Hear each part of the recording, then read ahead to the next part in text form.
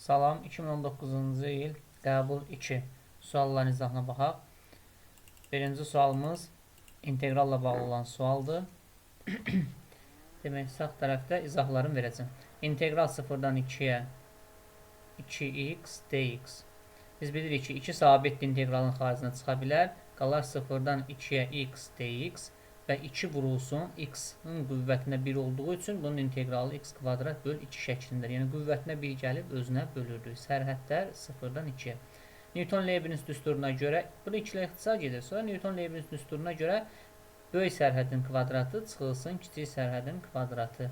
Bu da olur 4. Doğru cavabımız B variantıdır. Növbəti. Diagonalı 8 olan düzbucaqlının müstəvisinə aid olmayan nöqtə. Düzbucaqlını bu şəkildə çəkək. Bu olsun bizim üçün düzbucaqlı. Bunun müstəvisinə aid olmayan nöqtə, yəni kənarda tutaq ki, bir A nöqtəsi götürmüşük. Bütün təpələrdən 5 cm məsafədədir. Tutaq ki, bu təpəyə qədər məsafə də 5-dir. Digər təpələrə qədər məsafələr də 5-dir. Diagonal 8-dir. Diagonal da çəkək. Bilirik ki, düzbucaqlının diagonalları bərabərdir və kəsişmə nöqtəsinə yarıya bölünür. Həmin nöqtədən, yəni bax bu A nöqtəsindən düzbucaqlının müstəvisinə qədər məsafəni soruşur. Bax, bizdən bu x-i soruşur. Perpendikulyar çəkirik. Bu x-i soruşur. Bilirik ki, bu perpendikulyar düşür diagonalların kəsişmə nöqtəsinə və düzbucaqlının diagonalları kəsişmə nöqtəsinə yarı bölündüyü üçün ümumi diagonal 8-dir deyə 4, 4 olur. Burada biz düzbucaqlı, üçbucağı görürük. Onda Pifagor teoremi ilə biz 5-in kvadratından 4-ün kvadratını çıxsaq 3 almış olarıq. Doğru cavabımız A variantı. Sonra 3-cü sual. M-in hansı qiymətində vektorlar perpendikulyardır? Vektorların perpendikulyarlıq şərti belə idi. Skalyar hasili, onların skalyar hasili sıfıra bərabər olsun. Skalyar hasil belə tapılır da birinci komponent birinci komponentə vurulur.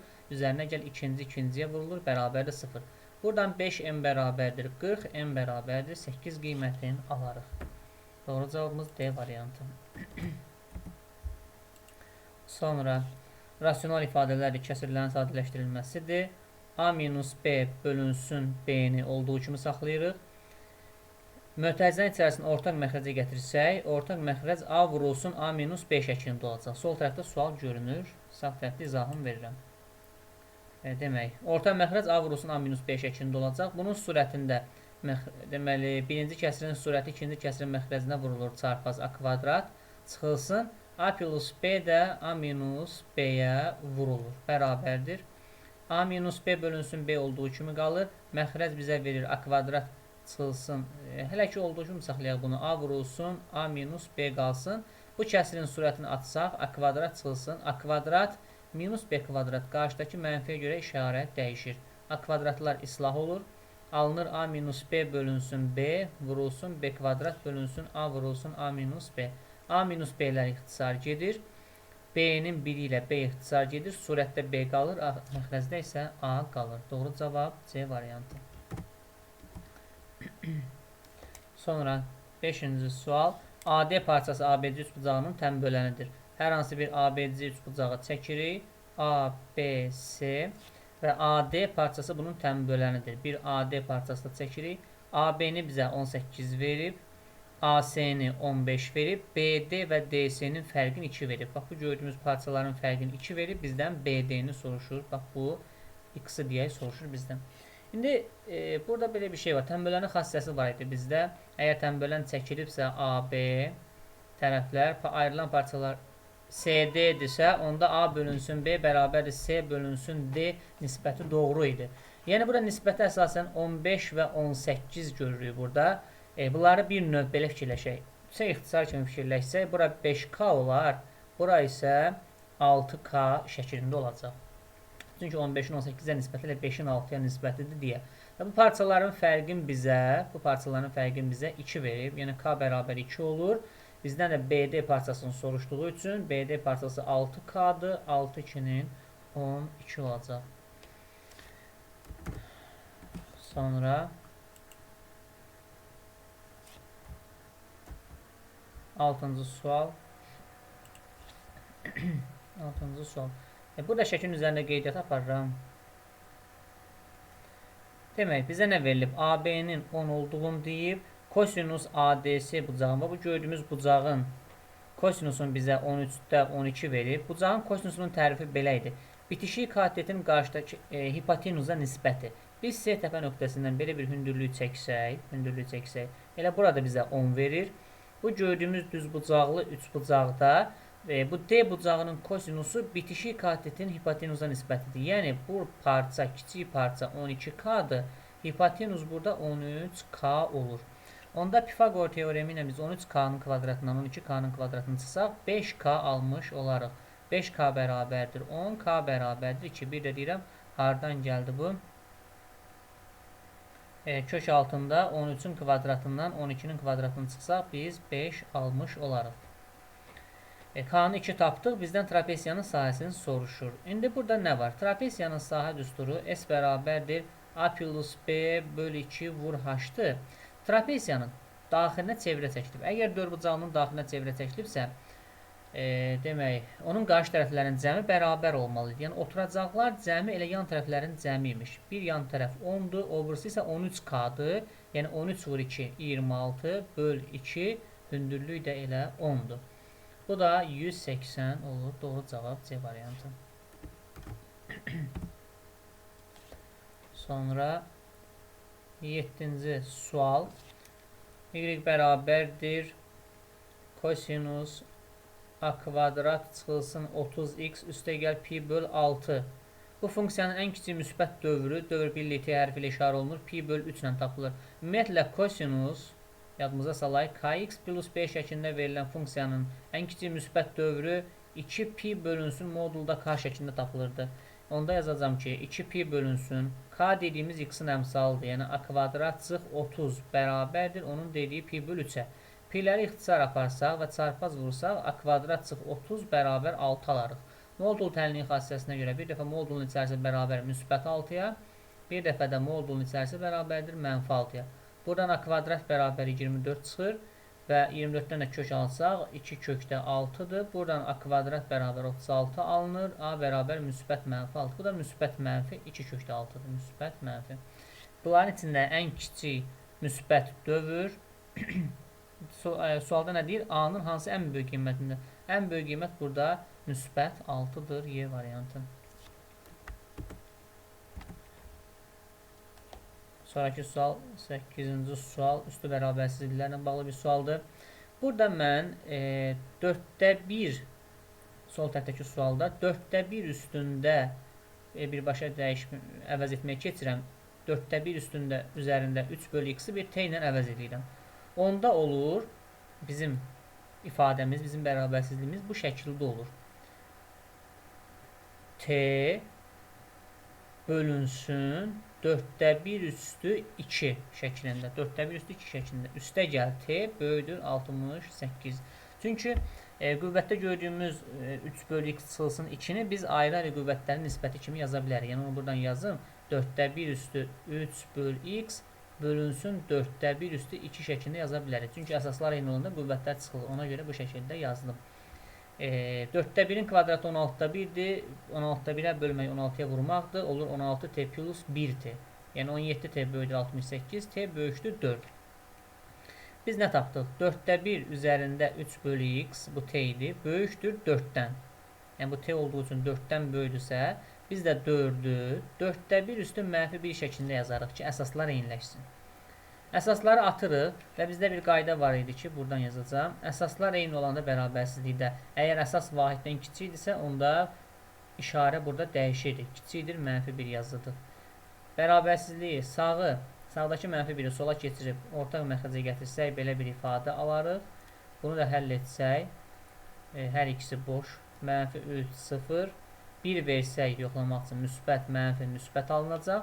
Cavabımız mənfi 3'dən 0'a qədər. Sual nədir? Ən kiçik tam həllini tap. Buradakı ən kiçik tam həll mənfi 2 olacaq. Növbəti 9-cu sual. Dairəvi diaqramda maşın dillərində 2017-ci ildə satılan maşınların faizlə miqdarı verilib.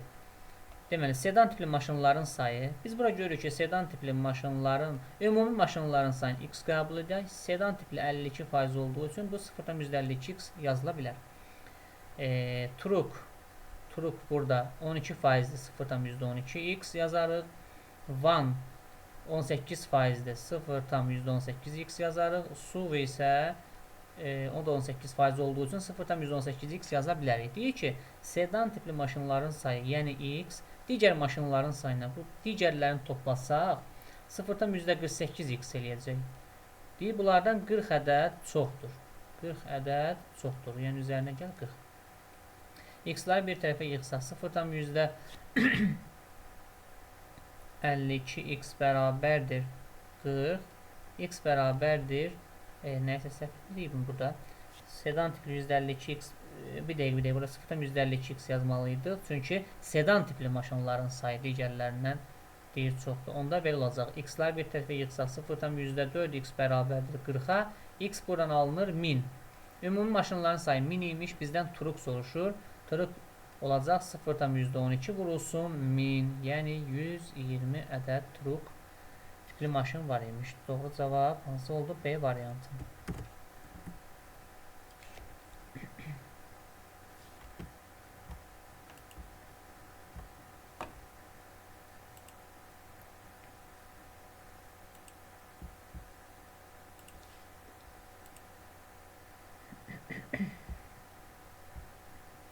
Onuncu sualımız.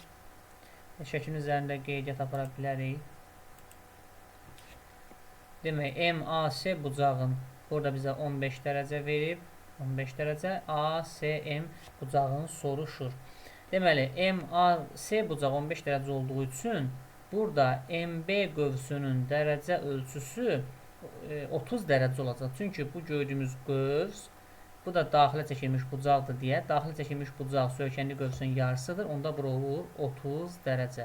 Və belə bir hazır qaydamız bunun üçün var idi ki, gördüyümüz o ASM bucağı ilə MB qövsünün cəmi 90 dərəcə olmalıdır. Buradan da biz 90-dan ilə 60'ı çıxsaq, daha doğrusu 30'u çıxsaq, doğru cavabı 60 alarıq. Yəni A variantı.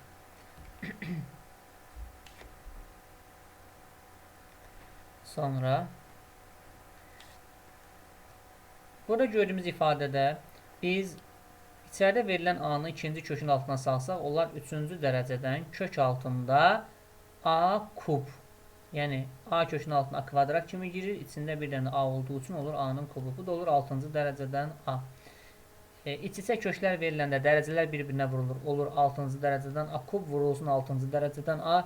Köklərin dərəcəsi eyni olduğu üçün bir kök altda bunları vura bilərik və bunu rasional üstü qüvvət kimi yazsaq A üstü 6-da 4 ixtisar gedər A üstü 3-də 2 olar A variantı. Limitlə bağlı olan sual.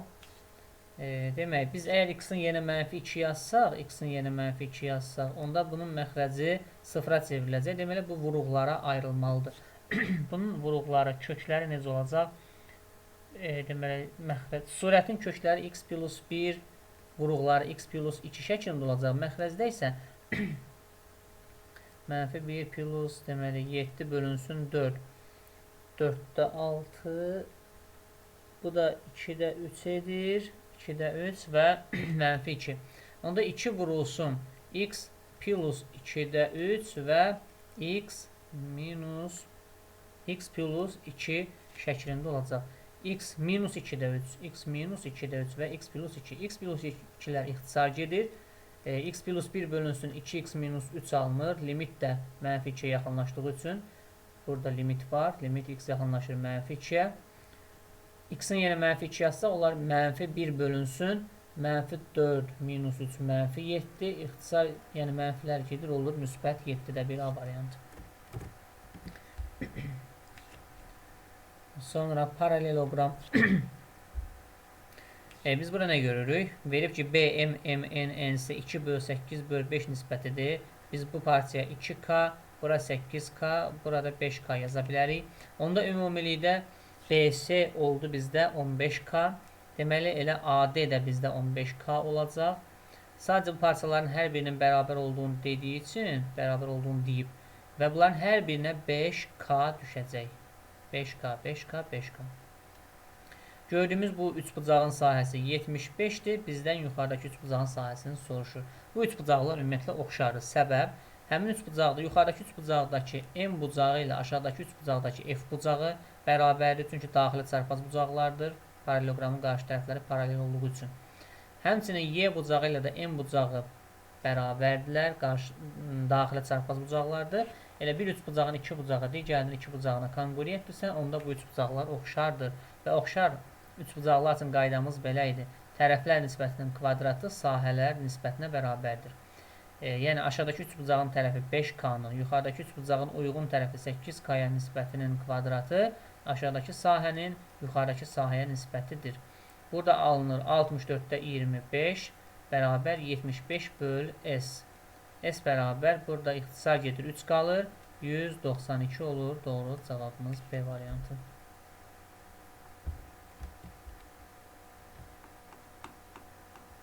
Növbəti həndəsi silsilə ilə bağlı olan bir sual. Bunu sağ tərəfdə yazaq. Deməli, B1-i saxlayırıq olduğu kimi B11-in yerinə B1 vur 2 üstü 10 yazıram. Kök altında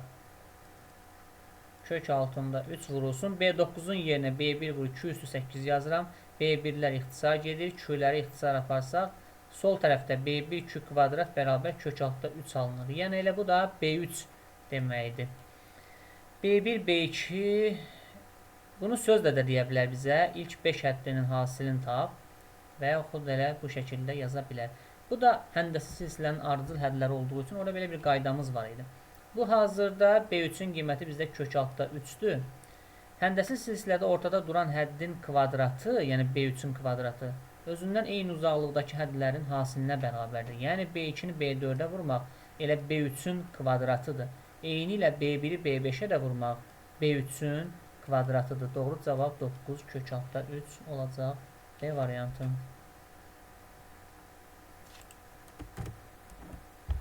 Sonra bərabərsizlik ilə bağlı bir sualdır. Sağ tərəfdə bunu həll edirəm. Birinci nə edirik? Bərabərsizliyin hər tərəfin, birinci bərabərsizliyin hər tərəfin 2-yə vururam. Olacaq 12x çıxılsın. İkinci, deməli birincini də 2-yə vururam, bunu da 2-yə vururam, bunu da. Burada ikilər ixtisar gedəcək. Alınacaq 9x üstə gəl 3. Çünki kəsirin qarşısında mənfi olduğu üçün işarə dəyişir. Böyükdür 4. İkinci bərabərsizlikdir. X-ları bir tərəfə yığsaq, olacaq bu şəkildə bərabərsizlik. 12x-dan 9x-i çıxanda alınır 3x böyükdür. 4-dən 3 çıxanda 1. İkinci bərabərsizlikdə alınır mənfi 3x böyükdür mənfi 15, yəni x kiçikdir 5. Birinci bərabərsizliyin həlli oldu x böyükdür 3-də 1, ikincidə oldu x kiçikdir 5. Nə sual verib? Ən böyük tam həllini tap. Buradakı ən böyük tam həll 4 olacaq.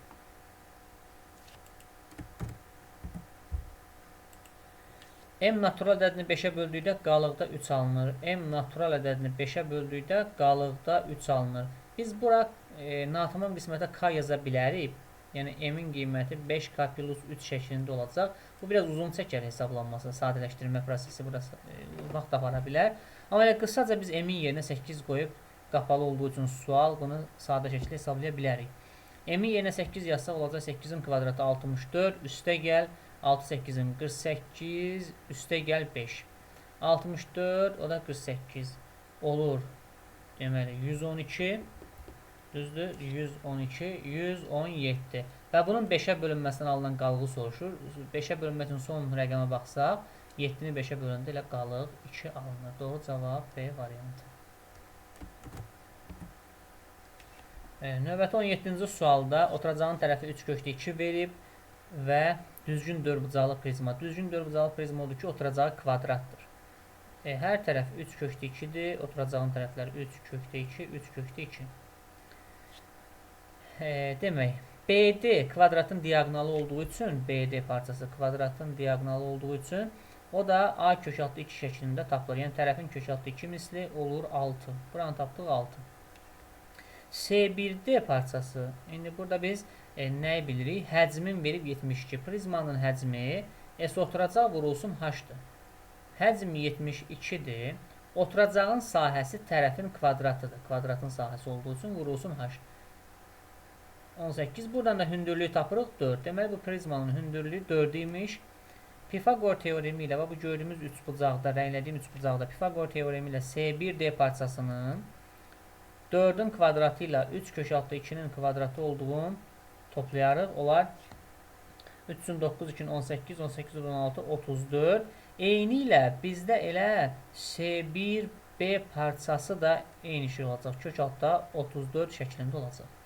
Həmin o rəngli üçbucağı kənara çıxarsaq, həmin o rəngli üçbucaq, yəni yuxarıda S1, bura B, bura D. Kənarlar, yan tərəflər kök altda 34-dür, oturacaq 6-dır. Bunun sahəsini bizdən soruşur. Oturacağı bir hündürlüyü çəkirəm. Bunlara 3, 3 düşür. Pifagor teoremi ilə biz kök altda 34-ün kvadratı 34 eləyir, 3-ün kvadratı 9 eləyir, 25 alarıq, kök altda 25-dən 5 çıxar. Deməli bu üçbucağın hündürlüyü 5 imiş. Onda sahə AH/2 olacaq. Bu da olur 15. Yəni C variantı.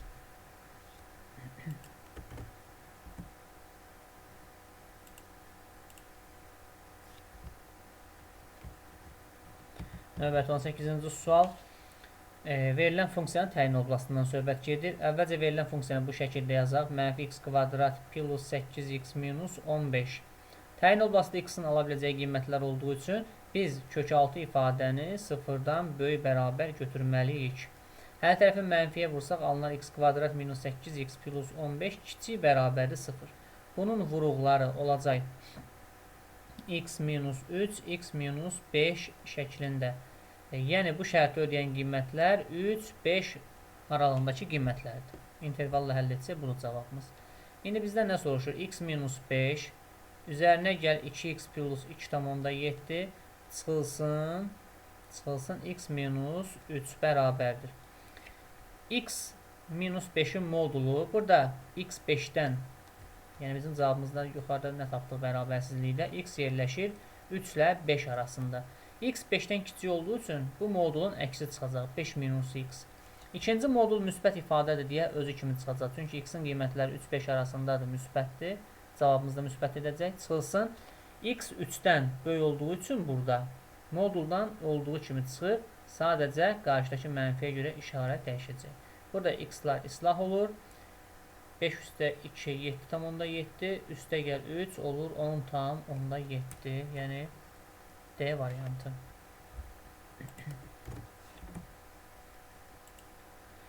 Bu sual 19-cu sual şifahidir. Rənglənmiş hissə görürük həm A-nın daxilində, həm də B-nin daxilində var. Yəni A ilə B kəsişib bu hissədə, amma C rənglənmədiyi üçün C-ni buradan çıxırıq. D variantı doğru cavabdır. 20-ci sualda köklərdən biri mənfi 2 verib. Əgər köklərdən biri mənfi 2 isə biz x-ların yerinə mənfi 2 yaza bilərik. 2a kvadrat çıxılsın 9a çıxılsın 1 bərabərdir 0. Olur 4 üstə gəl 2 üstə gəl 2a kvadrat çıxılsın 9a çıxılsın 1 bərabərdir 0. Biraz səliqəli yazsaq 2a kvadrat çıxılsın 9a 4 üstə 2 6 6-dan 1 çıxanda 5 bərabərdir 0. Müsbət 5. Nə deyir? A parametrinin ala biləcəyi qiymətlərin hasili. Artıq bir kvadrat tənlik aldıq. A-ların hasilini bizdən soruşur. Yenə Viet teoremi ilə bunun köklər cəmini soruşur. O da sərbəst hədd bölünsün. Birinci əmsaldır. 2,5 olur. Doğru cavabımız.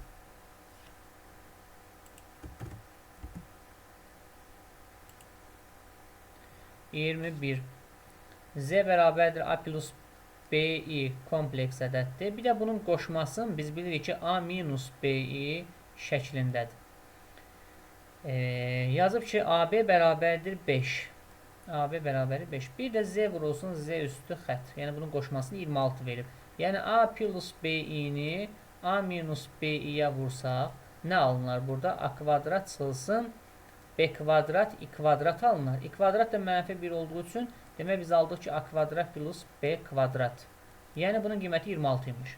Bizdən A plus B cəminin müsbət qiymətini soruşur. Biz bilirik ki A plus B-nin kvadratının öz düsturu A kvadrat plus B kvadrat plus 2AB-dir. Yəni A kvadrat plus B kvadrat 26 tapdıq. AB-ni bizə 5 verdiyi üçün 2-ni 5-ə vursaq 10 olar 36. Kvadratı 36 olan ədəd müsbət mənfi 6-dır. Bizdən müsbət qiymətini soruşduğu üçün müsbət 6-nı götürürük.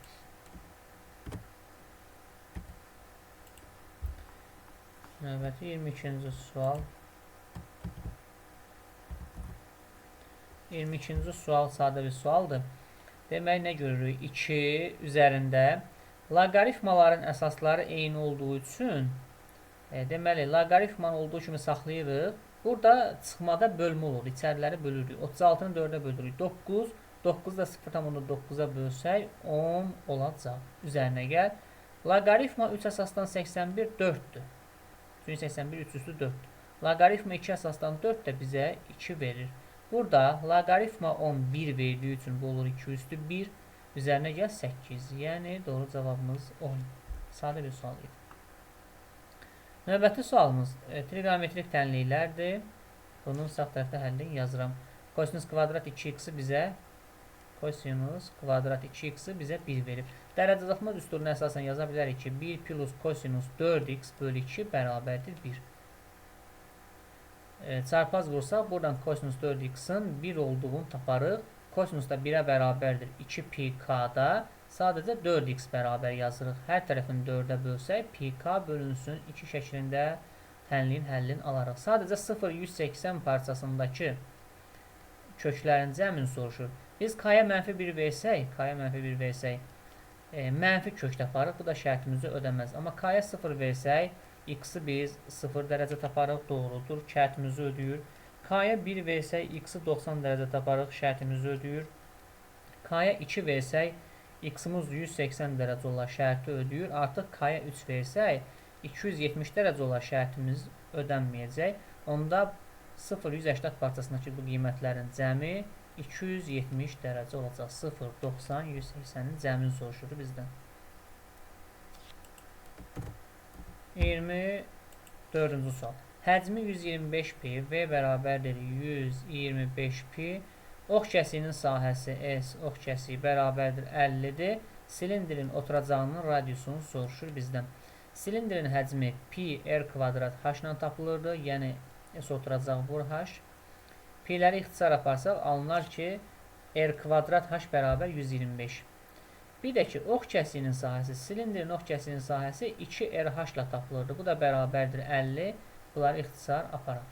Deməli biz birincidə alırıq ki, r kvadrat h, yəni r vur r yazıram o r kvadratı. İkincidə də aldıq ki, rh bərabərdir 25, ixtisar getdi. Biz burada rh-ın qiymətinin 25 olduğunu görürük. Onda r vur 25 bərabərdir 125. Radius buradan 5 alınır. Bizdən də radiusu soruşurdu.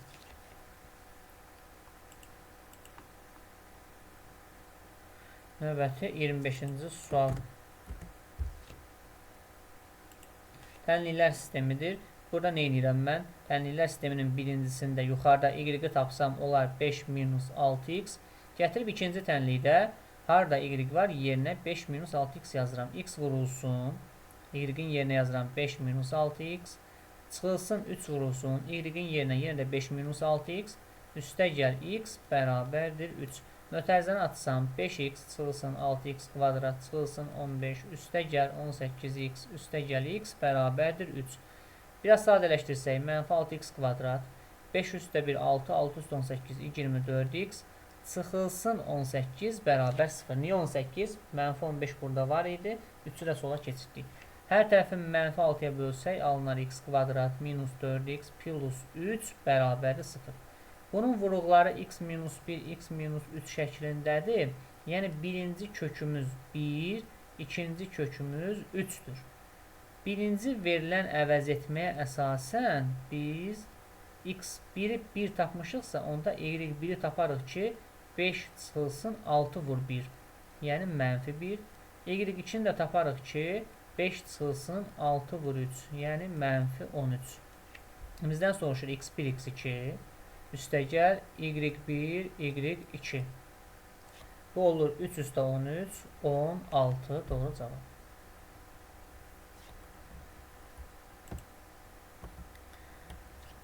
Iyirmi 6-cı sual. Demək, nə verilib bizə? Şəkili elə burada görürük. BS tərəfi, yəni rombun tərəfi 4 kökdə 6 bölü 3-dür. Fərqi yoxdur. Mən buraya yazıram 4 kök altda 6 bölünsün 3. KCD bucağın 15 dərəcə verib. Buranı 15 dərəcə verib. BAD bucağın 60 dərəcə verib. Biz bilirik ki, rombun, paralelogramın iti bucağı 60 dərəcədirsə, onda onun kör bucağı 120 dərəcədir. Burada gördüyümüz bu 3 bucağı çıxardıram, kənarda çəkirəm. Bura 120 dərəcə. Bura 4 kökdə 6 böl 3. Burada 45 dərəcə olur. Çünki bax bura 3 bucağın daxil bucaqlar cəmi 180 dərəcə olduğu üçün 180-dan 120 ilə 15-in cəmini çıxsaq 45 dərəcə qalar. Bizdən KC-ni, CK-nı soruşur, bu X-in. Sinuslar teoreminə keçərik. Tərəf bölünsün qarşısındakı bucağın sinusu bərabərdir. Növbəti tərəf bölünsün qarşısındakı bucağın sinusu. Sinus 120-ni biz 180 çıxılsın 60 şəklində yazsaq çevirmə düsturuna görə bu elə sinus 60 deməkdir. Sinus 60 da kök altda 3 bölü 2-dir. Bərabərdir 4 kökdə 6 bölünsün 3 bölünsün kök altda 2 böl 2. Burada 2-lər ixtisar gedər. X bərabər alınar ki, kök altda 3-ü 4 kökdə 6 böl 3-ə vursuy. Olar deməli 4 kök altda 9 belə alınır. 3 6 18. Bir dəqiqə. Olacaq necə? 4 vurulsun kök altda 6 vurulsun kök altda 3 bölünsün 3. Bir dənə də burada bölünsün kök altda 2 olacaq. Bunun da cavabı elə 4 çıxır da. Çünki 6 3 18 18 2-yə böləndə 9 9-dan 3 çıxır. 3-lər ixtisar gedir. Qalır 4 doğru cavabımız.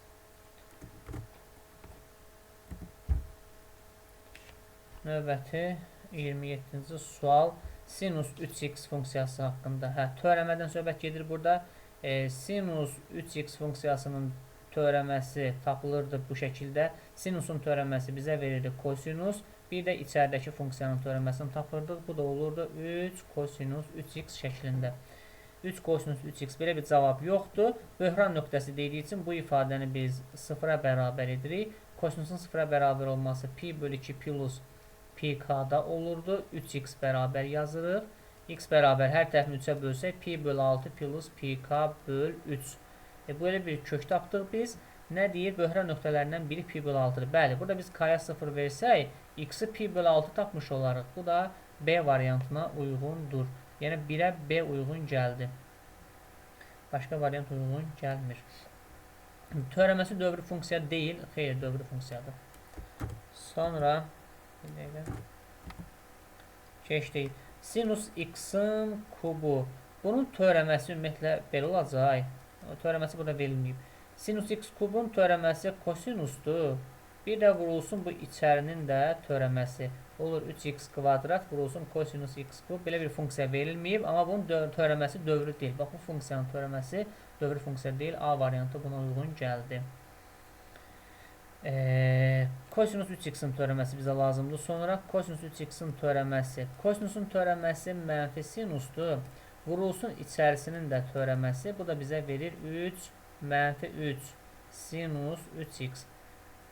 Mənfi 3 sinus 3x. Buna hələ ki D variantı uyğun gəldi. Bir də bunu 0-a bərabər etsək. Sinusun 0-a bərabər olması pk-dadır. Alınır pk bölünsün 3. Biz k-ya burada 1 versək, x-in pi bölü 3 qiymətini taparıq. Həqiqətən də bunun böhran nöqtələrindən biri pi bölü 3 imiş. C variantı da uyğun gəldi. Sonra burada nə gəlir? Situasiya sualı olmalıdır. Belə bir situasiya sualı var burada. Situasiya sualı maraqlıdır. Restoran sahibi düzbucaqlı formasında olan eyni ölçülü taxta və plastik masalar üçün dairəvi süfrələr almalıdır. Restoranda 12 masa var. Hər bir masanın uzunluğu, deməli masa düzbucaqlı formasındadır. Bunun uzunluğu 2,4-dür. Eni isə 1,8-dir. Bir masanın üzərini tam örtən ən kiçik sahəyə malik süfrənin sahəsi. Süfrə burada deyilib ki, bizə dairə formasındadır. Bu masanı tam örtən çevrə dairə şəklində süfrə, baxın belə olacaq. Sanki bu düzbucaqlının xaricinə çəkilmiş çevrədən söhbət gedir bizə. Süfrə bu şəkildə olacaq. Bunun sahəsini tapmaq üçün bu artıq dairədir. Dairənin sahəsi tapılır pi r kvadratla. Bizə radius lazımdır. Radiusdakı biz bilirik diaqonalın yarısıdır. Diaqonalın yarısı. Düzbucağlının diaqonalını biz Pifaqorla tapa bilərik. Pifaqor teoreminə görə 2,4-ün kvadratı üstə gəl 1,8-in kvadratı. Bu bizə yoldaşlar 3 verəcək. Sadəcə radius burada 1,5 olacaq. Radius 1,5 olduğu üçün dairənin də sahəsi pi vurulsun r-in kvadratı. Yəni 2,125 pi metrdən söhbət etdiyi üçün metrin kvadratı olacaq. Bir də deyirik, bu masanı tam örtən ən kiçik sahəyə malik süfrə dediyi üçün bu düzbucaqlının xaricinə çəkilən çevrə başa düşülür və yaxud dairə başa düşüləcək. Üçüncülərdən keçmək şərti ilə. Bu oldu 28-ci sualın cavabı 2,125 pi metr kvadrat. Növbəti situasiya sualın ardı. Sualda nə deyir? Deməli 12 masa var idi cəmi. 12 masa. Bunun deyir 75%-i taxtadır. Taxta. 75% nədir? 12-nin 75%-i onun 4-də 3 hissəsidir. 9 dənə deməli taxta var. Qalanları isə deyir plastikdir. Plastik. Plastik qalanları, yəni 12 dənədən 9-u çıxıram, 3 dənə də plastik var imiş. Təsadüfi seçilmiş 3 masadan ehtimaldır. Ehtimal bərabərdir. Ümumi 12 masadan 3 dənəsi seçilirsə, kombinizon 12-dən 3. Bax, burada deyil, 3 dənə masadan hər birinin taxta masa olması. Taxta masa 9 dənə idi. Kombinizon 9 dənədən də 3. Bax, bu ehtimal hesablanacaq. Bunu artıq öz hesablaya bilərsiniz. Bunu hesablamıram. Vaxt aparmasın deyə. Bu şəkildə olacaq kombinizonda. Sonra növbəti sualımız. Biraz kiçildək buranı. Restoranda hər bir masa 10 nəfər üçün nəzərdə tutulub. Bizdə 12 masa olduğu üçün, hər bir masa 10 nəfər üçün nəzərdə tutulduğu üçün ümumi 120 yer bizdə var. 120 yer. İndi nə deyir? Faizləri görürük ki, səhər yeməyinə, diaqramda gün ərzində səhər, gün orta, axşam yeməyi zamanı yerlərin neçə faiz dolduğu göstərilib. Deməli, səhər 40% doludur. Yəni 120 dənə yerin 40%-i. Bu olur 48. Günorta yeməyində 60% olduğu üçün 120-nin 60%-ni tapıram. Bu da olur 72. Və bir də axşam yeməyində 80% olduğu üçün 120-nin 80%-ni tapıram. Bu da olur 96. Ümumilikdə neçə yer dolmuşdur deyir. Bunları biz toplayacağıq. Toplayarıq, olar 48, üzərinə gəl 72, üzərinə gəl 96. Bu olur 120 üstü 96, 216 bizim doğru cavabımız olacaq. Bu qədər 30 sual izahını verdik. Təşəkkür ederim.